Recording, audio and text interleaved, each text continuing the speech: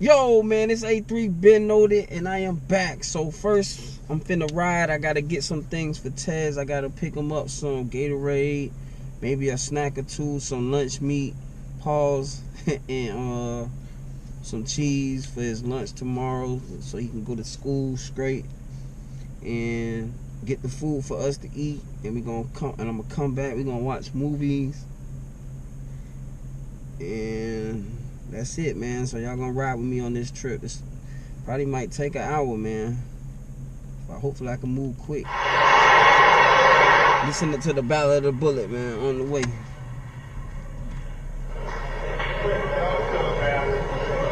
In fact, I think we'd be fooling ourselves if we had an audience this large and didn't realize that there were some enemies present. This afternoon, we want to talk about the ballot or the bullet.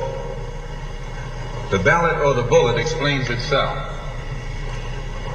But before we get into it, since this is the year of the ballot or the bullet, I would like to clarify some things that refer to me personally concerning my own personal position. I'm still a Muslim. That is, my religion is still Islam.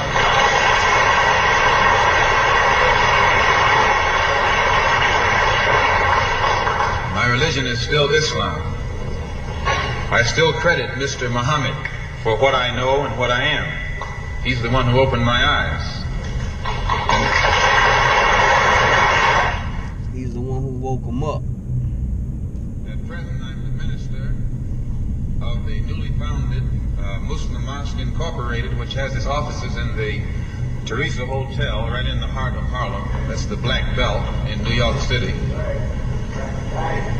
And when we realize that Adam Clayton Powell is a Christian minister, he has Abyssinia Baptist Church, but at the same time he's more famous for his political struggling. And Dr. King is a Christian minister from Atlanta, Georgia, or in Atlanta, Georgia. But he's become more famous for being involved in the civil rights struggle. There's another in New York, Reverend Galamison. I don't know if you've heard of him out here. He's a Christian minister from Brooklyn, but has become famous for his fight against the segregated school system in Brooklyn. Reverend Cleave, right here, is a Christian minister here in Detroit. He's the head of the Freedom Now Party. All of these are Christian ministers.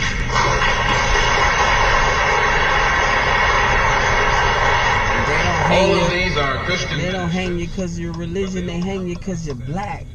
They come to us as fighters in some other category. I'm a Muslim minister. The same as they are Christian ministers, I'm a Muslim minister. And I don't believe in fighting today in any one front, but on all fronts.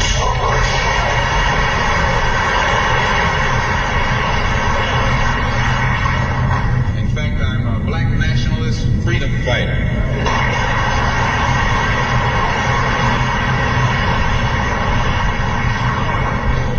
Islam is my religion, but I believe my religion is my personal business.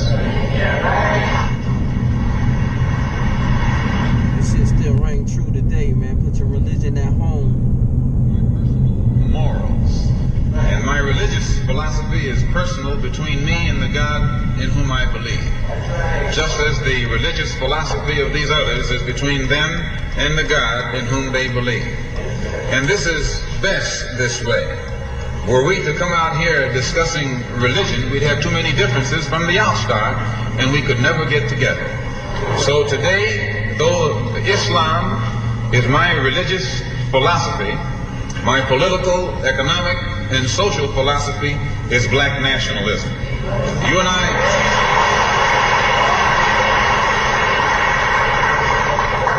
As I say, if we bring up religion, we'll have differences, we'll have arguments, we'll never be able to get together. But if we keep our religion at home, keep our religion in the closet, keep our religion between ourselves and our God. But when we come out here, we have a fight that's common to all of us against the enemy who is common to all of us.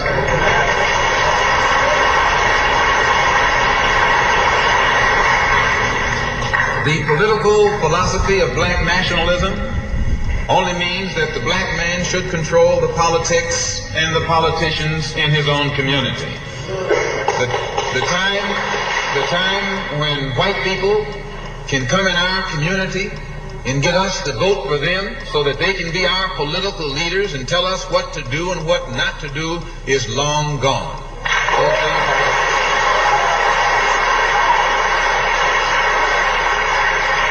By the same token, the time when that same white man, knowing that your eyes are too far open, can send another Negro into the community, get you and me to support him so he can use him to lead us astray, those days are long gone.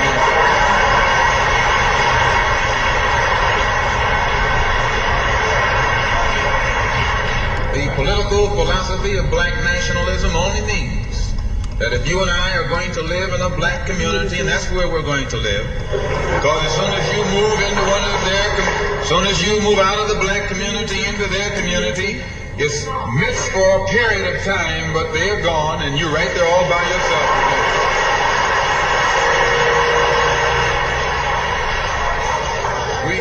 We must understand the politics of our community, and we must know what politics is supposed to produce.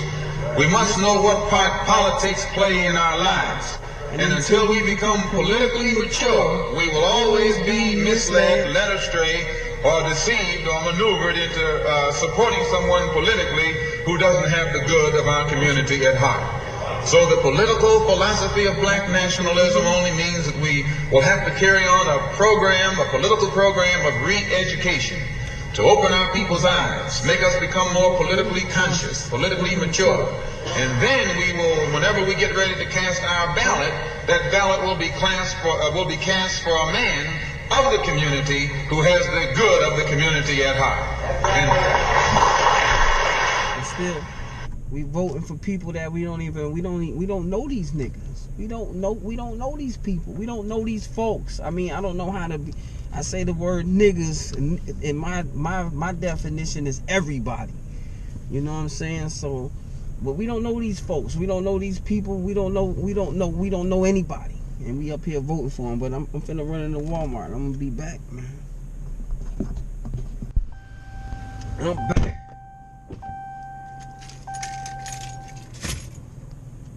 So as you can see, I'm back. Just came out of Walmart. I did all the shopping at Walmart, man. I went and got food from there.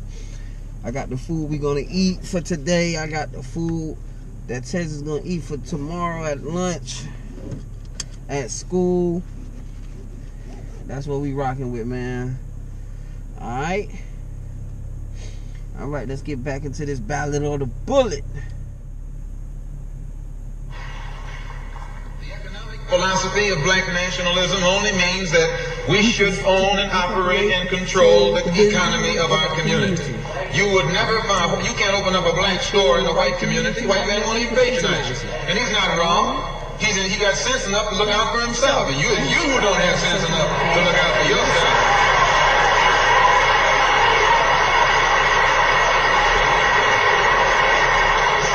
The white man is too intelligent to let someone else come and gain control of the economy of his community. But you will let anybody come in and control the economy of your community. Control the housing, control the education, control the jobs, control the businesses under the pretext that you want to integrate. No, you're out of your mind.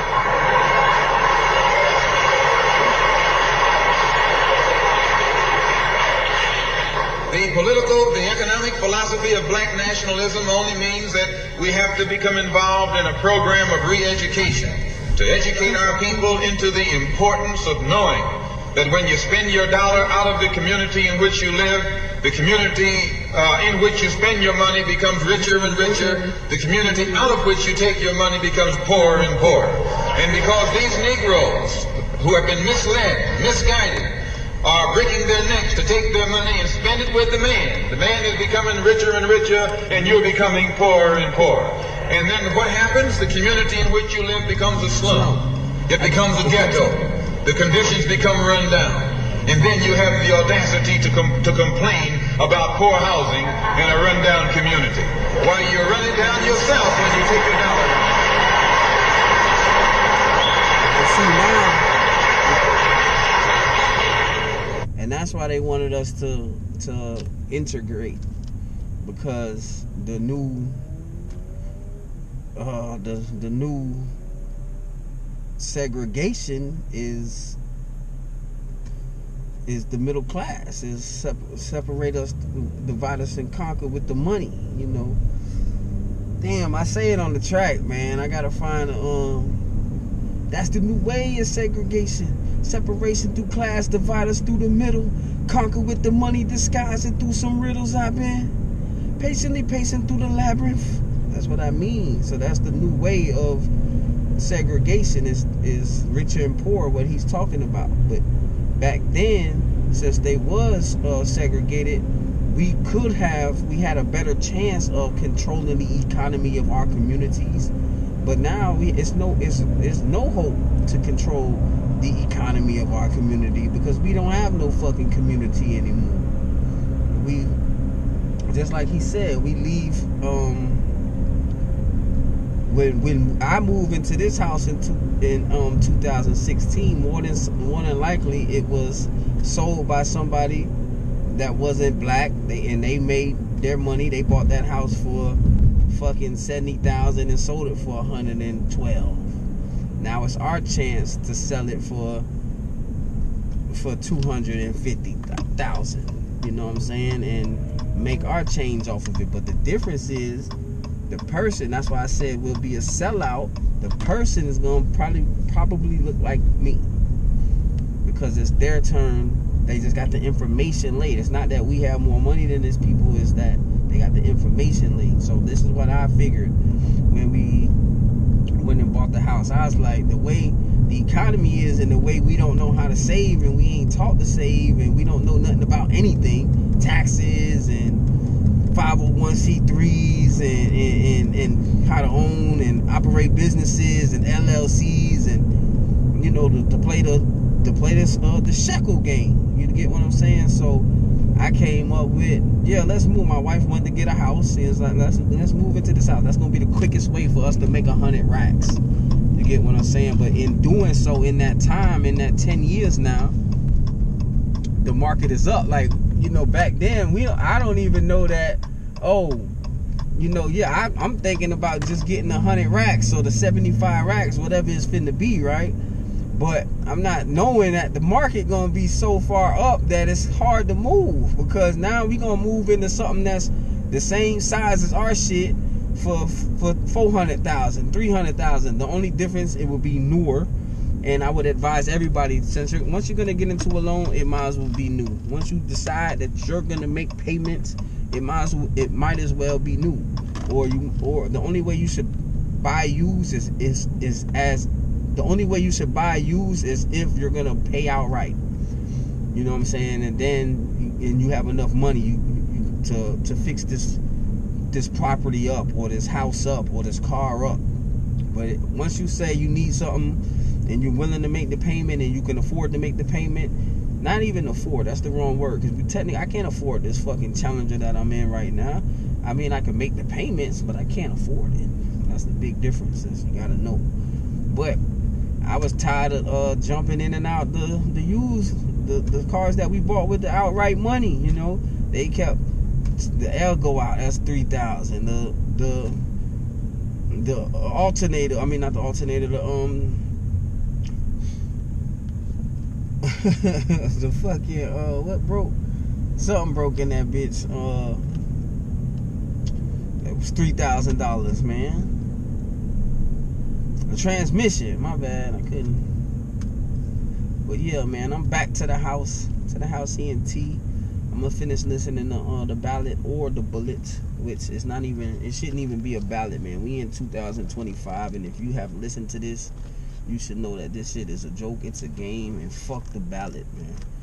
We gotta make these motherfuckers use the bullets. But nobody want to get into that topic. Nobody want to get into that conversation. That's a revolution, and revolutions overturn systems. They destroy systems. You know what I'm saying? But that's a whole nother topic. That's a whole nother day, man. But it's A3 Ben Noted. Y'all roll with me, man. I'm out, man. I'm back. Alright?